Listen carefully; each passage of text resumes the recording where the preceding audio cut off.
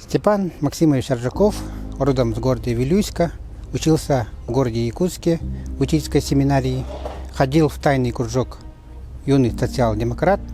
После падения монархии активно участвовал в установлении советской власти в Якутии, особенно в родном Вилюйском округе, в городе Вилюйске.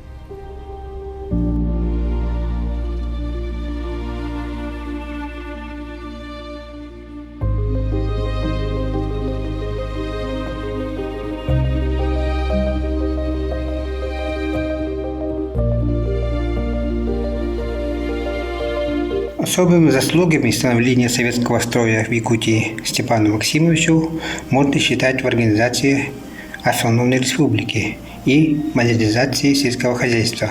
Степан Максимович инициировал создание якутского отдела в Комитете по делам национальностей, где занимались подготовкой и передачей самоуправлений народам страны. Известно, что в мае 1921 года Степан Максимович делал успешный доклад в комитете, где было в результате решено создать автономную республику в Якутии.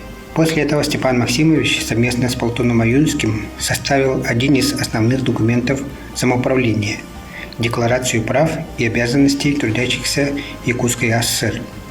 Степану Максимовичу также принадлежит роль в коренном преобразовании сельского хозяйства в Якутии, когда он, будучи наркомом земледелия, с начала 30-х годов прошлого 20 века стал проводить коллективизацию.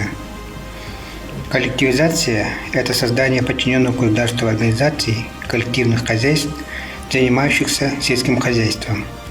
Именно тогда живущих порознь в Валасах якутские семьи стали соединять в одни совместные хозяйства, давать им трактора и планы работ. Делалось это для беспрепятственного получения продуктов сельского хозяйства государством. Можно считать, что такое подчинение сельского жителя положительно сказалось потом во время Великой Отечественной войны, когда на Советский Союз напала фашистская Германия, и фронту стала нужна своевременная налаженная поставка продовольствия в больших объемах. Коллективные хозяйства, колхозы, модернизировались и технически. Им стали поставлять трактора. Быков с плугами постепенно стала заменять сельскохозяйственная техника, что, конечно, сказалось на повышении производительности труда. Степан Максимович был репрессирован, как и другие его соратники.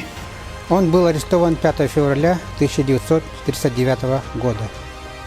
Был приговорен к расстрелу, но потом смертный приговор был заменен ссылкой, который снова был заменен на смертный приговор.